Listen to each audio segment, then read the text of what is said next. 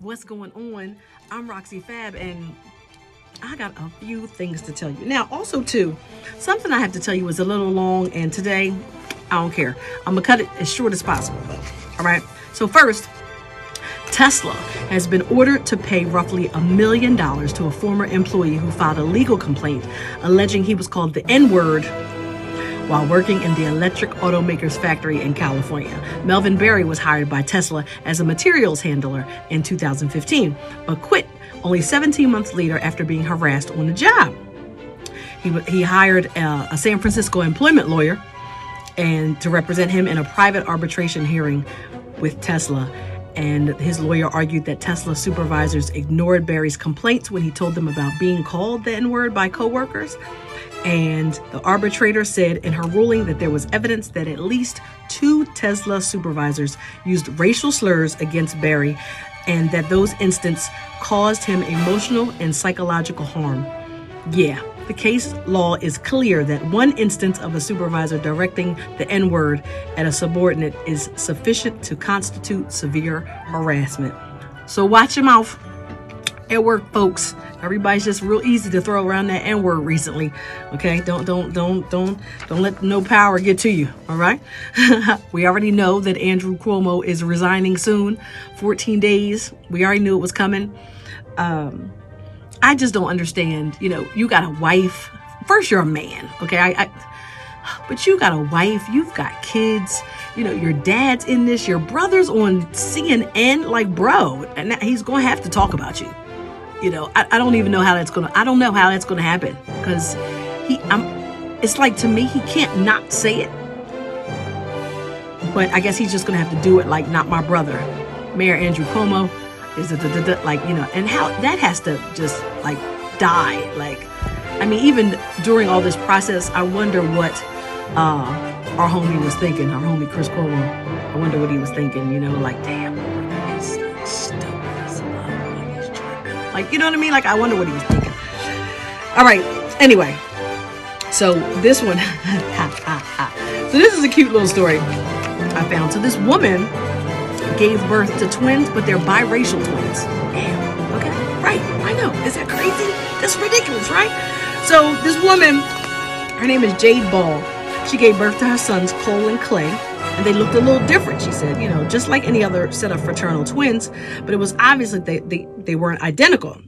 But as the months went by, things became even more different and more noticeable. Like Cole now has brown hair and brown eyes and light brown skin like his half Jamaican dad, while Clay has a head of blonde curly hair, blue eyes, and a pale complexion like his white mom. The BBC reports that interracial couples expecting twins have a 1 in 500 chance that their children will be born with different skin colors. How crazy is that? You know, and you should see them. They're just the cutest little things. But like you look at them and like one is black and one is white. Like, you know, that's so crazy. But they're the cutest little boys, and we wish them all the luck. And it's a shame how I was also reading that she said, you know, how people want to come up and ask questions. You know, they're not twins. You know what I mean? They're probably not even your son. You know, just mind your business, people. They are twins, and it's like flipping a coin 8 times. You know. Just like, wow, that is like remarkable. So shout out to Jade Ball and her husband and them 2 beautiful little boys. And it's funny because they do look completely different. That's crazy. It's crazy. But I mean, it's like that sometimes, you know. I mean, just because you have twins don't mean they have to look exactly alike, you know. But it's crazy how she said she was getting all these questions and all that kind of stuff. That's like, wow, you know. But you know how people are. They will always mind in your business, okay? All right, so check this out.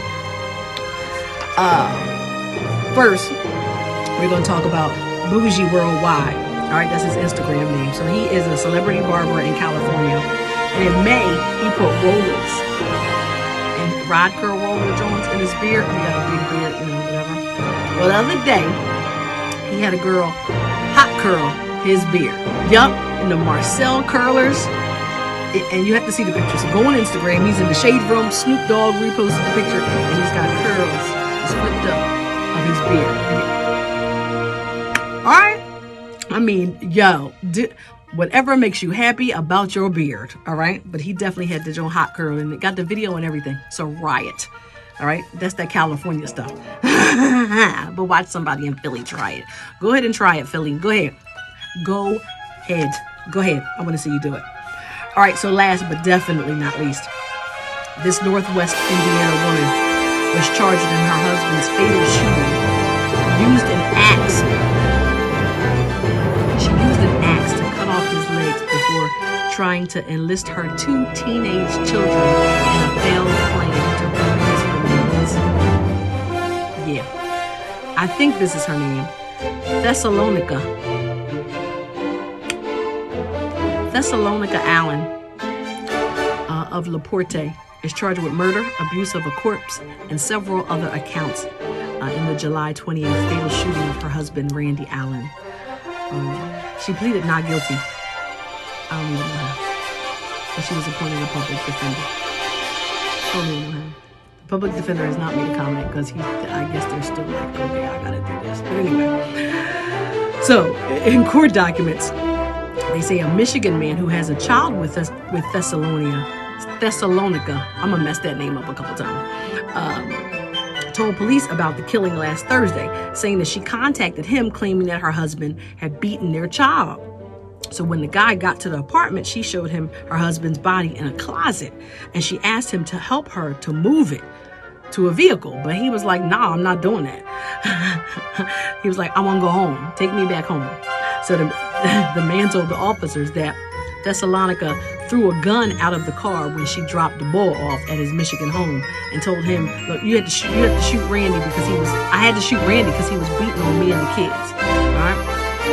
They arrested her about 10 miles south of the Michigan border in northwestern Indiana. She did confess to shooting her husband following a physical altercation.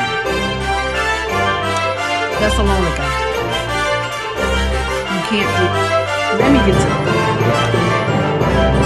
So she said that he beat her. That's why she did it.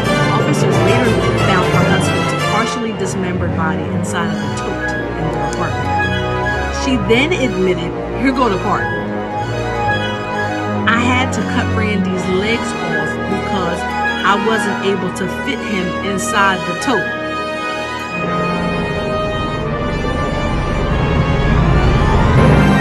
So I couldn't fit him inside the tote like the rubber band tote. So I got an axe and cut his legs off. Girl, this bitch is crazy. All right. She got an axe. She's like, all right, I got to hide this. But she got a whole axe and cut his legs to try and get him in a Rubbermaid tote container, Jawn. Like, I'm not no shade to Rubbermaid because it may not be Rubbermaid. But, I'm just trying to describe y'all what kind of tote. I ain't want y'all to think tote bag, like tote, All right. So then our 2 teenage kids told the officers that they didn't see any physical altercation on the day Randy died. They said that the day before he was killed, he was helping them do their homework and they were on a computer when he found a website that their mother had visited. He confronted Thessalonica about the website when she got home. They argued. The children heard a loud bang. And then they said they saw Randy's body on the bedroom floor. And one of them said, Mom, can I call 911? No, I'm lying. My bad. Back up. They saw his body laying on the bedroom floor. He said, yo, call 911 because he was still alive at the time. And their mom said, don't you do it. Go to your room. Then she woke the kids up in the middle of the night to ask them to help her drag his body from the apartment to her car. Yo! But it was too heavy for them to move. I don't know how old the kids were. But you're talking about traumatized right now, okay? The children said their mother came home the next day with cleaning supplies and an axe and woke them up that night as well, this time to help her put the body into a tote. Then they noticed that his legs had been removed. The children said that they and their mother made additional failed attempts to load the body into the vehicle. They told officers that their mother had plans to take the vehicle and body to South Bend and set it on fire. That's all I got today. That's all I wanted to say. I don't know if he was beating her or not. I understand protecting yourself from a man that's beating you. But to pull your kids in is just not cool. Okay? Then you cut his legs because he couldn't fit in the tote. Y'all, she took an axe. She went to the store and took an axe and chopped his legs off because his body couldn't fit in the tote. And then asked the kids to help him move. That's all I got, y'all. All right? I'm still dumbfounded by that whole thing. That's why I saved that joint for last, all right? So, that's that. I'm Roxy Fab, and have a great rest of your day. Jesus, goodness gracious, she used a freaking axe. God, Jesus. Cut down a tree or something.